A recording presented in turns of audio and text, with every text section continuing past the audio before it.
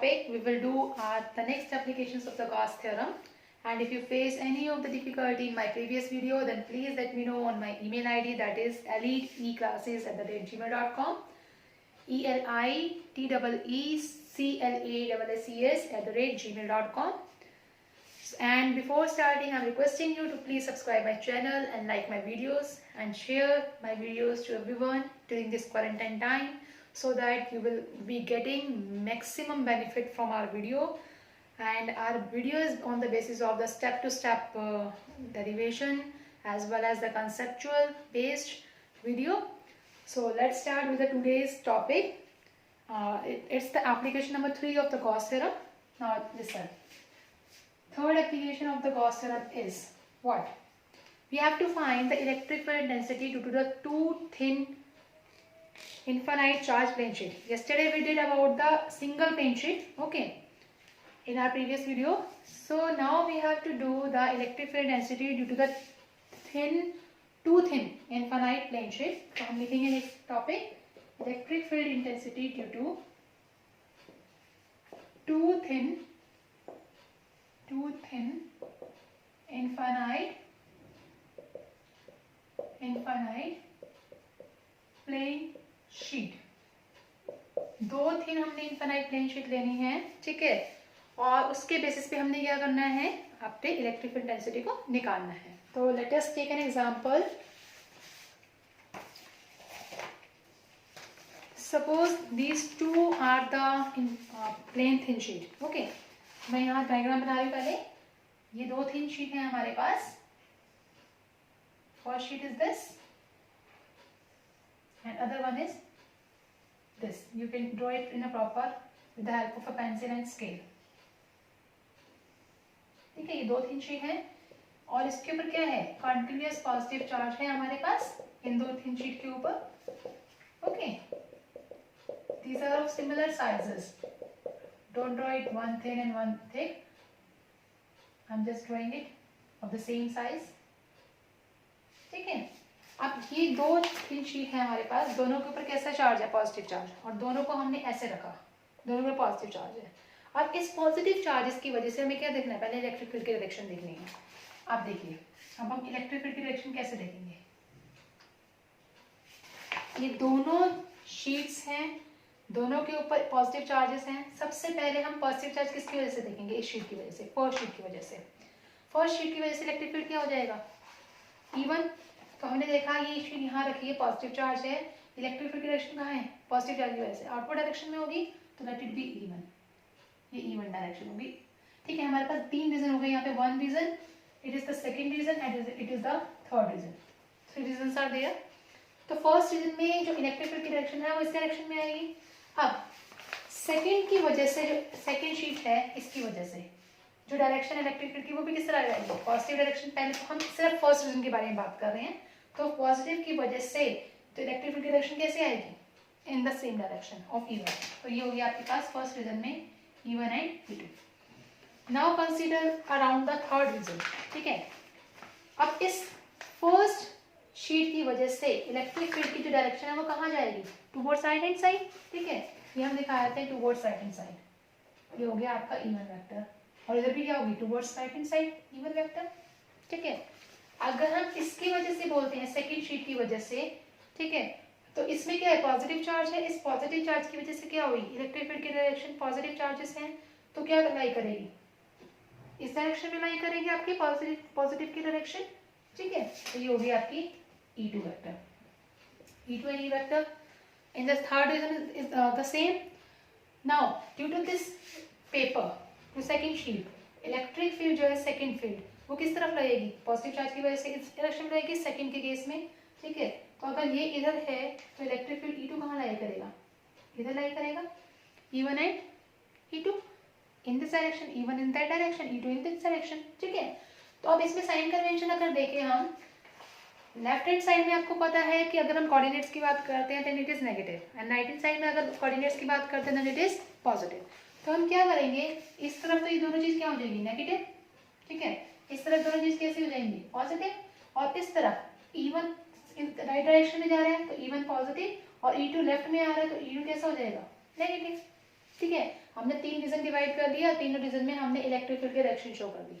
अब तीनों रीजन की वजह से हमने क्या शो करना है, we have to find out the electric field intensity. Okay, तो हम यहाँ पे ड्रॉ कर लेते हैं region 1, region 1, then reason 2, reason 2, and the last is the reason 3, reason 3। और कल हमने इनकी इलेक्ट्रिक फील्ड डेंसिटी जो है प्लेन शीट के लिए निकाली थी, उसका फॉर्मूला क्या था जो हमने अपने प्रीवियस वीडियो में किया था, सिग्मा बाय 2 एप्सिलॉन नॉट। अगर आपने नहीं पढ़ा हो तो प्लीज आप प्रीवियस वीडियो में जाके देख सकते हैं। ठीक है, सिग्मा बाय 2 एप्सिलॉन नॉट हमारा जो है वो आंसर था इलेक्ट्रिक फील्ड का, E is equal to sigma by 2 epsilon naught. Okay, now in the reason 1, firstly we have to see the net electric field। अब इसमें net electric field कहाँ lie कर रहा है, रीजन 1 में, तो हम रीजन 1 के लिए राइट कर सकते हैं E1। दोनों सेम डायरेक्शन में है लेकिन नेगेटिव डायरेक्शन के अंदर, तो हम क्या करेंगे minus E1 minus E2 net के लिए। ठीक है, रीजन 2 में देखिए एक पॉजिटिव में लाई कर रहा है, नेगेटिव में लाई कर रहा है, तो सेकंड रीजन का जो इलेक्ट्रिक फील्ड आएगा वो कितना आएगा, E1 positive E2 negative. Okay, E1 plus and E2 minus. Similarly अगर थर्ड रीजन के बारे में बात करते हैं तो थर्ड रीजन में क्या है, तीनों के तीनों सेम डायरेक्शन में लाई कर रहे हैं, दोनों के दोनों, तो आपके पास कितना आ जाएगा, दोनों पॉजिटिव है तो E1 प्लस E2 हो जाएगा। अब हम इसी साइन कन्वेंशन से इस फॉर्मूले को इसमें पुट करते हैं, बिकॉज दोनों प्लेन शीट ही है हमारे पास, फाइनाइट इनफाइनाइट चार्जेस है उसके ऊपर। ठीक है, तो हमारे पास जो फॉर्मूला लगेगा वो सेम लगेगा, सिग्मा बाय 2 एप्सिलॉन नॉट। अब इसकी वैल्यू से पुट कर दीजिए, E1 कितना है minus sigma by 2 epsilon not minus sigma by 2 epsilon naught. Okay, तो यहाँ से कितना हो गया आपके पास -1 बाय 2 एप्सिलॉन नॉट कॉमन, अंदर कितना रह गया सिग्मा प्लस सिग्मा, तो कितना आ गया आपके पास -2 सिग्मा बाय 2 एप्सिलॉन नॉट। तो 2 से 2 कैंसिल, क्या रहेगा आपके पास minus sigma by epsilon naught. तो हमारे फर्स्ट केस से क्या रह गया आपके पास सिग्मा।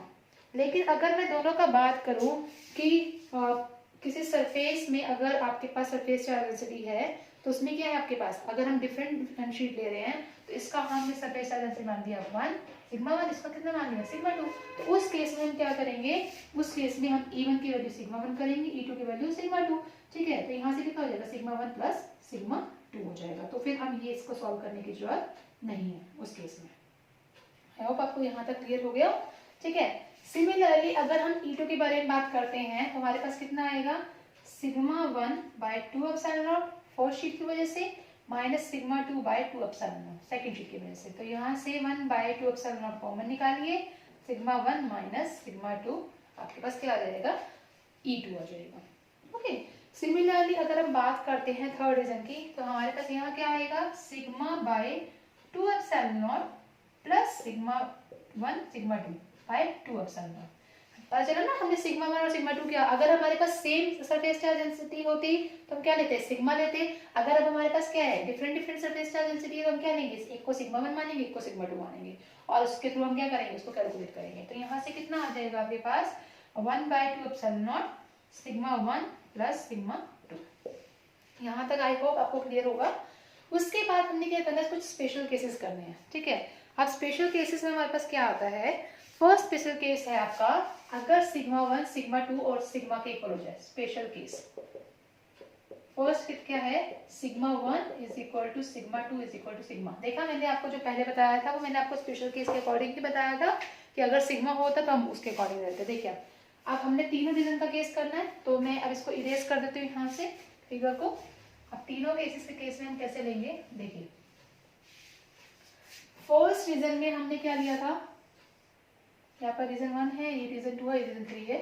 फर्स्ट रीजन में E1 कितना हो जाएगा आपके पास, इसके अकॉर्डिंग सिग्मा 1 सिग्मा 2 सिग्मा के इक्वल हो गया तो कितना आया -1 by 2 epsilon naught sigma plus sigma कितना हो गया आपके पास -2 सिग्मा बाय 2 एप्सिलॉन नॉट। ये सही कैसे कितना आ गया minus sigma by epsilon naught आ गया। ओके, सिमिलरली अगर मैं सिग्मा 1 और सिग्मा 2 को सिग्मा के इक्वल रखती हूँ यहाँ पे भी तो कितना आ जाएगा आपके पास E2 is equal to 1 by 2 epsilon naught sigma 1 कितना हो गया सिग्मा माइनस सिग्मा, तो सिग्मा माइनस सिग्मा 0 तो 0 बाय समथिंग इज 0। तो सेकंड में केस में आपका इलेक्ट्रिक फील्ड क्या हो गया 0 हो गया। थर्ड केस में आपके पास कितना आया E3 1 बाय 2 एप्सिलॉन नॉट, ये कितना होगा सिग्मा प्लस सिग्मा कितना आ गया आपके पास 2 सिग्मा बाय 2 एप्सिलॉन नॉट। तो कितना आ गया आपके पास सिग्मा बाय एप्सिलॉन। तो यहाँ से आपने देख लिया कि फर्स्ट केस में नेगेटिव, सेकंड केस में 0 और थर्ड केस में क्या होगा आपके पास इलेक्ट्रिक फील्ड की value sigma by 2 epsilon not होगी।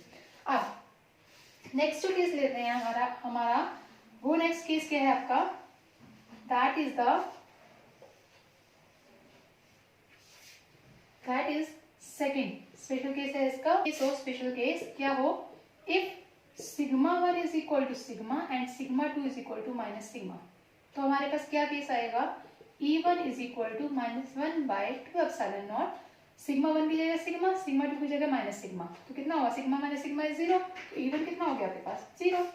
Similarly if I am taking this case, sigma 1 minus sigma 2 case था आपके पास, अब आपके पास E2 कितना हो जाएगा, E2 is equal to 1 by 2 epsilon naught, 2 epsilon naught, sigma 1 minus sigma 2 था, सिग्मा 1 कितना है सिग्मा, सिग्मा 2 कितना था माइनस सिग्मा, तो यहाँ से कितना हो जाएगा आपके पास 1 by 2 epsilon naught sigma plus sigma हो जाएगा आपके पास, तो कितना होगा 2 सिग्मा बाय 2 एप्सिलॉन नॉट, तो यहाँ से कितना आ गया सिग्मा बाय एप्सिलॉन नॉट।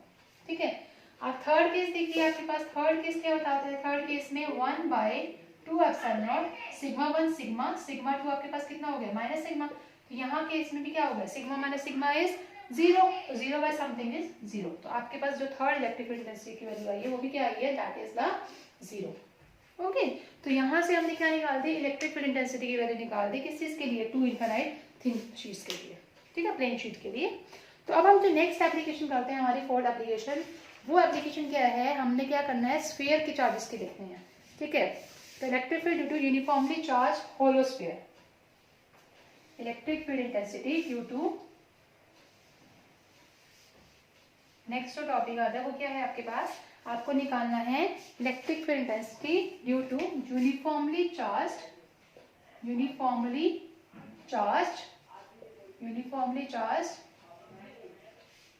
ठीक है, किस लिए निकालनी है आपको, इलेक्ट्रिक फील्ड इंटेंसिटी निकालनी है uniformly charge hollow spherical shell के लिए, होलो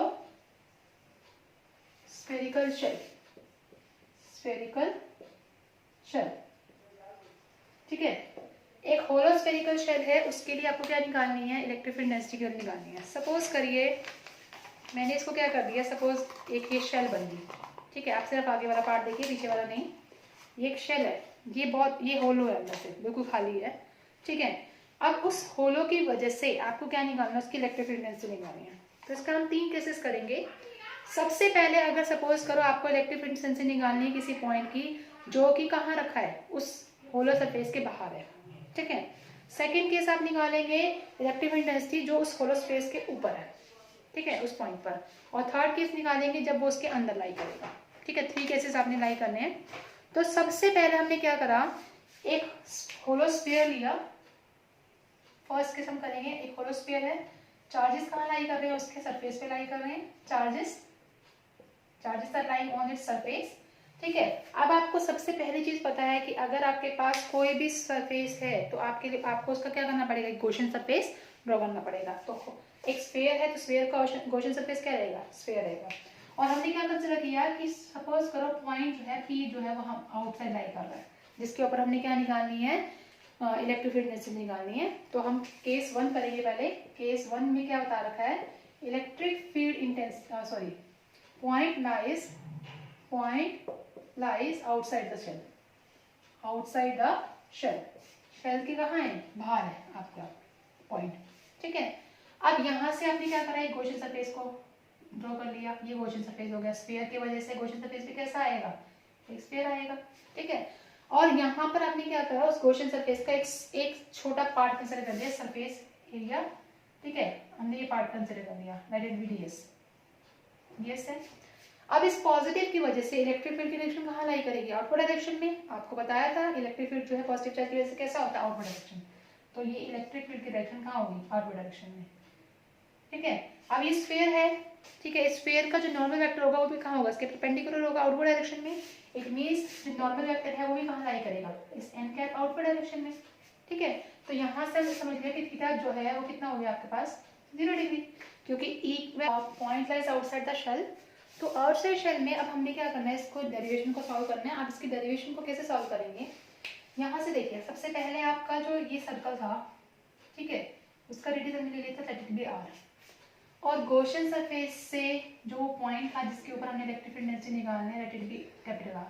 ठीक है, तो यहाँ से हम बोल सकते हैं कि आर जो है वो किसके बड़ा हो गया, कैपिटल आर से बड़ा हो गया। ठीक है, तो अब हमने क्या करना है, उसका नेट इलेक्ट्रिक फ्लक्स निकालना है। नेट फ्लक्स नेट फ्लक्स में क्या है आपके पास, उसको डिनोट करते हैं किससे, फाई से, और इसका फॉर्मूला क्या होता है, it is equal to the close integral of E vector dot D S vector. ठीक है, अब डॉट है तो उसके इसमें क्या होगा आपके पास, डॉट प्रोडक्ट क्या फॉर्मूला रहेगा, तो यहाँ पे कितना हो जाएगा, close integral of E D S cos theta. ठीक है, तो थीटा कितना था हमारा 0 डिग्री, बिकॉज दोनों के दोनों सेम डायरेक्शन में लाई कर रहे थे। तो यहाँ से कितना हो गया आपके पास E vector d S, because cos 0 तो कितना हो गया आपके पास, कॉस 0 इज इक्वल टू 1, ये आपके पास आ गया। ठीक है, अब यहाँ से अगर हम देखते हैं ये किसके इक्वल था, E vector dot D S vector की is equal to close integral of E D S। अब what is the surface area of sphere? ठीक है, surface area, curve surface area क्या हो गया आपके पास स्फीयर का 4 pi R square, because are इसका क्या है, रेडियस हो गया क्वेश्चन सरफेस का। तो यहाँ पे क्या लिखोगे, E into 4 pi R square, क्योंकि सरफेस एरिया का फॉर्मूला हो गया आपके पास स्फीयर के केस में। तो ये आपके पास क्या आ गया, फर्स्ट इक्वेशन आ गया, E vector dot D S vector is equal to E into 4 pi R square. Now अब गॉस थ्योरम क्या बोलते हैं, अकॉर्डिंग टू गॉस लॉ क्या होते हैं, फ्लक्स किसके इक्वल होता है, close integral of EDS is equal to Q by epsilon naught. हमारे पास गॉस लॉ से अकॉर्डिंग क्या होता है, pi is equal to E vector dot DS vector is equal to Q by epsilon naught. अब इस फर्स्ट और second को अगर हम कंपेयर करें तो हमारे पास क्या हो जाएगा, ये इसके इक्वल आ जाएगा। तो इट मीन्स यहाँ से अगर हम निकाल रहे हैं तो हमारे पास कितना पार्ट आ जाएगा निकालने के लिए, that is phi is equal to, sorry phi को नहीं लेंगे आप, फर्स्ट और सेकंड को कंपेयर करेंगे, कंपेयर करने के बाद आपके क्या आया, E into 4 pi R square is equal to Q by epsilon naught. ठीक है, अब इस 4 पाई आर स्क्वायर को इसके नीचे ले आइए, आपके पास क्या आ जाएगा, E is equal to Q by 4 pi epsilon naught into R square. ठीक है, तो यहाँ से हमने क्या देखा, आपके पास Q by 4 pi epsilon naught है। ओके, तो अब हम अगर यहाँ से देख रहे हैं एरिया कितना आया था आपके पास, 4 पाई आर स्क्वायर आया था, एरिया क्या था 4 पाई आर स्क्वायर था। तो क्या मैं इसकी जगह इसको लिख सकती हूँ Q by A epsilon naught, क्योंकि ये एरिया बन गया आपके पास। ठीक है, क्यू बाय एप्सिलॉन नॉट हो गया ए एप्सिलॉन नॉट। अब क्यू बाय ए किसके इक्वल होता है, आप सभी को पता है कि चार्ज पर यूनिट एरिया वो किसके इक्वल होता है, it is equal to surface charge density. ठीक है, और सरफेस चार्ज डेंसिटी को हम किससे डिनोट करते हैं, सिग्मा से, sigma is equal to what, Q by A. तो आपके पास E किसके इक्वल हो गया, E is equal to sigma by epsilon naught. तो ये आपका किसका केस आ गया, it is the case when the point lies outside the shell. Okay, तो यहाँ से हमने ये भी देख लिया कि फर्स्ट केस हमारे पास क्या बन गया कि E जो है वो किसके इनवर्स इक्वेशन हो गया, आर स्क्वायर के। इस फॉर्मूले से देखिए E is inverse equation to R square, first case हो गया, क्योंकि इसके बेसिस में हमने ग्राफिकल रिप्रेजेंटेशन भी करनी है, इसलिए I am writing the point here. Okay, now come to the second point. अब सेकंड पॉइंट क्या कहता है कि when the point lies on the surface, जब पॉइंट कहाँ लाई करेगा, सरफेस पे। सेकंड पार्ट है on the surface of shell, second shell हो गया on the surface of shell, कहाँ लाई कर रहा है, सरफेस पे, सरफेस ऑफ शेल, शेल के सरफेस पे। अब इसके अकॉर्डिंग अगर हम ड्रॉ करते हैं, ये आपका स्फीयर था, पॉइंट कहाँ लाई कर रहा है, उसके शेल पे लाई कर रहा है। ठीक है, आप शेल पे लाई कर रहे हो तो उसका गॉसियन सरफेस भी कहाँ लाई करेगा, उसके शेल पे लाई करेगा। ये गॉसियन सरफेस होगा इसके शेल पे बिल्कुल नियर ली कर दिया है, इसके शेल पे ही क्या कर रहा है, लाई कर रहा है उसका गॉसियन सरफेस। ठीक है, अब अगेन हम जब यहाँ कंसीडर करेंगे तो ये आपका इसका क्या हो जाएगा, सरफेस हो जाएगा ds। ठीक है, इसका रेडियस कितना है, लेट इट बी r। ठीक है, और इसका रेडियस कितना हो गया बी पॉइंट का, कैपिटल R हो गया। ठीक है, तो यहाँ से आपको दिख रहा है कि r जो है वो किसके इक्वल हो गया, स्मॉल r के। ठीक है, r is equal to small r के लिए। अब यहाँ पे जो केस देखा, अगर पॉजिटिव चार्जेस इसके सरफेस पे लाई कर रहे हैं तो गॉसियन सरफेस भी कहाँ है, इसके सरफेस पे ही है, और चार्जेस भी कहाँ है, इसके सरफेस पे ही है। ठीक है, तो इलेक्ट्रिक फील्ड की डायरेक्शन कहाँ होगी, यहाँ आउटवर्ड डायरेक्शन में लाई करेगी। सिमिलरली जो नॉर्मल वेक्टर है वो भी कहाँ लाई करेगा, आउटवर्ड डायरेक्शन में। इलेक्ट्रिक फील्ड बाहर, नॉर्मल वेक्टर इसके कहाँ लाएगी, बाहर की डायरेक्शन में। तो अब यहाँ से हमने क्या करना है, दोबारा से हमने वही करना है, नेट फ्लक्स की वैल्यू निकालनी है। तो नेट फ्लक्स कितना हो जाएगा, नेट फ्लक्स वो कितना हो जाएगा आपके पास, phi is equal to close integral of E vector dot ds vector is equal to close integral E ds cos theta। और cos थीटा यहाँ पे क्या है, दोनों सेम डायरेक्शन में, तो थीटा कितना हो गया आपके पास 0 डिग्री हो गया, थीटा 0, तो आपके पास कितना आ गया cross integral of E D S into D S. Again D S कितना हो गया आपके पास, ई बाहर निकालिए, डी एस, तो ये कितना आ गया आपके पास, it is equal to E into 4 pi R square. यहाँ तक किसी को कोई भी प्रॉब्लम, क्योंकि यहाँ पे क्या है R is equal to R है, तो हमने क्या ले लिया, क्या स्मॉल आर, आर ले लिया हमने, E into 4 pi R square आ गया आपके पास। ओके, अब उसके बाद हम क्या कर सकते हैं, apply the Gauss theorem. Now apply Gauss theorem. Gauss theorem again क्या होता है, गॉस थ्योरम इज क्या होता है, Gauss theorem that is equal to phi is equal to close integral of E vector dot ds vector is equal to q by epsilon naught। ये भी आपके पास phi है, ये भी आपके पास phi है, तो आप क्या करेंगे, इसे कंपेयर करेंगे, तो कंपेयर करेंगे तो उसके पास क्या आ जाएगा, E into 4 pi R square is equal to q by epsilon naught. तो यहाँ से E कितना आ गया, q by 4 pi epsilon naught into R square. ठीक है, अगेन वही चीज हो गई कि ये कितना है 4 पाई आर स्क्वायर, एरिया के इक्वल हो गया q by a epsilon naught, और ये किसके इक्वल हो गया sigma by epsilon naught. It means यहाँ से हमारे पास देखा जाए तो हमारे पास जितनी भी इलेक्ट्रिक फील्ड की वैल्यू आती है वो कैसी आती है, मैक्सिमम आती है। ठीक है, तो ये आपके पास मैक्सिमम हो गई। तो हम यहाँ क्या लिखेंगे, सेकंड केस में for r is equal to r is equal to r के लिए क्या हो गया, e जो है वो कैसा हो गया, मैक्सिमम हो गया। ठीक है, वहां से हम ये चीज सिखा सकते हैं।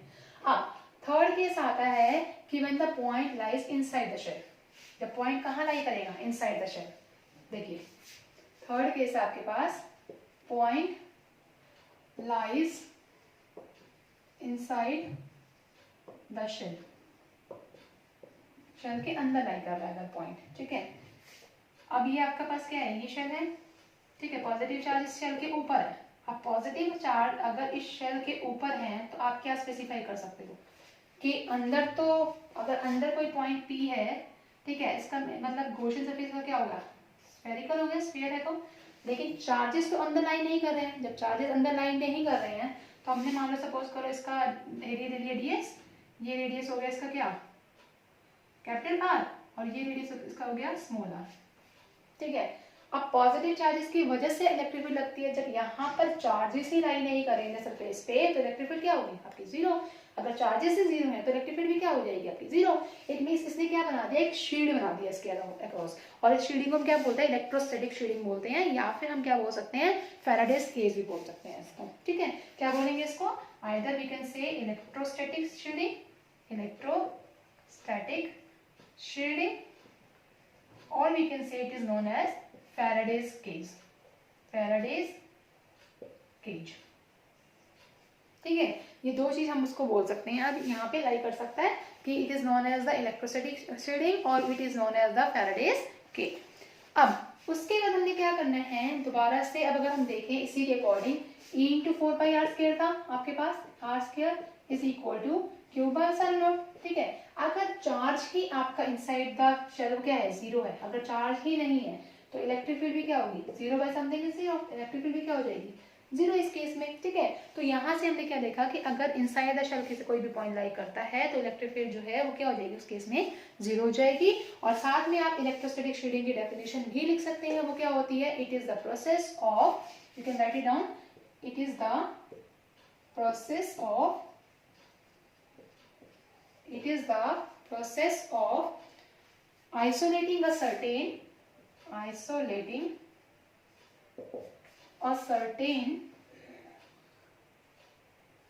it is the process of isolating a certain region of space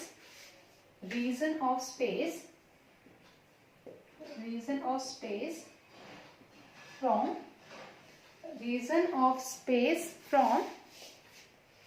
external field। ये क्या है, इसकी डेफिनेशन है किस चीज की, इलेक्ट्रोस्टैटिक शील्डिंग की। ठीक है, कि वो प्रोसेस जिसके अंदर कुछ रीजन जो है स्पेस से इलेक्ट्रिक एक्सटर्नल इलेक्ट्रिक फील्ड्स के अंदर जो है रीजन लाई करता है, वो एक क्या बनाता है, एक प्रोटेक्टिव लेयर बनाता है, जिसको क्या बोलते हैं, इलेक्ट्रोस्टैटिक बोलते हैं। और उसके अंदर क्या है, कुछ सर्टेन रीजन जो है वो आइसोलेटेड है। ठीक है, तो उसको क्या बोलेंगे, उसकी इलेक्ट्रोस्टैटिक शील्डिंग बोलेंगे या फिर फैराडेज केज बोलेंगे। और इसका कुछ ग्राफिकल रिप्रेजेंटेशन है, वो ग्राफिकल रिप्रेजेंटेशन क्या होगा वो देखिए आप। थर्ड केस में हमारे पास इलेक्ट्रिक फील्ड क्या हो गया, 0। अब ग्राफिकल रिप्रेजेंटेशन देखिए इसकी, ग्राफिकल रिप्रेजेंटेशन में क्या है आपका, हमने किस किस के बीच में ग्राफ बनाना है, ई और आर के बीच में। हमारे पास ग्राफ बना ई और आर, ठीक है। 3 केसेस थे हमारे पास, एक था r is less than r, एक था r is equal to r, एक था r is greater than r, less than, equal to और ग्रेटर देन, ठीक है। और यहाँ हम लिख लेते हैं ई मैक्सिमम, कितना मैक्सिमम लाई करेगा। लेस देन r के लिए जो बात की थी हमने अभी, जब r जो है थर्ड केस में लेस देन r था तो e कितना था आपका, 0। इट मीन्स इलेक्ट्रिक फील्ड जो है वो 0 आएगा, इलेक्ट्रिक फील्ड तो आ गया 0, ठीक है। r is equal to r पे e कितना था, मैक्सिमम। तो इट मीन्स इस पॉइंट पर जो इलेक्ट्रिक फील्ड की वैल्यू है वो क्या है, मैक्सिमम। हमने क्या कर दिया, इसका मैक्सिमम ड्रॉ कर दिया, ये तो 0 था आपका, ठीक है। और अगर थर्ड केस लें r is equal to greater than r के लिए, तो हम क्या करेंगे कि e जो है वो r करके क्या है, इनवर्सली क्वेश्चन। इट मीन्स अगर r इंक्रीज कर रहा है तो e इलेक्ट्रिक फील्ड क्या करेगा, डिक्रीज करेगा। उस केस में जो आपका ग्राफ आता है वो क्या आएगा, एक curve path. That is the graphical representation of a hollow sphere, okay. जिसके अंदर हमने 3 केसेस किए कि जब point on side, outside lie करेगा, ऑन द सरफेस लाई करेगा और इनसाइड लाई करेगा। तो ये आपके पास क्या आ गई, इसकी ग्राफ आ गई। इसको आप कंसीडर कर सकते हैं ई मैक्सिमम। यहाँ पे क्या है, मैक्सिमम लाई कर रहा है, यहाँ पे क्या कर रहा है, ई इनवर्सली क्वेश्चन है आर स्क्वायर के, और यहाँ पे क्या हो जाएगा, ई 0 हो जाएगा। ये आपका केस हो गया। तो ये जो 2 एप्लीकेशन आज मैंने करवाई हैं, that is the most important application and according to the board point of view, ठीक है। तो इस एप्लीकेशन को आप बहुत अच्छे से करिए। फिर भी अगर आपको कोई भी प्रॉब्लम आती है तो आप कंफर्म कर सकते हैं, आप पूछ सकते हैं मेरी ईमेल आईडी पे, और आप इसको सब्सक्राइब करिए ताकि आपको मेरी डेली की नोटिफिकेशन आपको मिलती रहे। साइड में एक बेल का बटन होगा सब्सक्राइब के साथ, ठीक है, उसको आप क्लिक करिए। और प्लीज सेफ रहिए और अपने घर पे रहिए, ठीक है। Stay at home, study at home.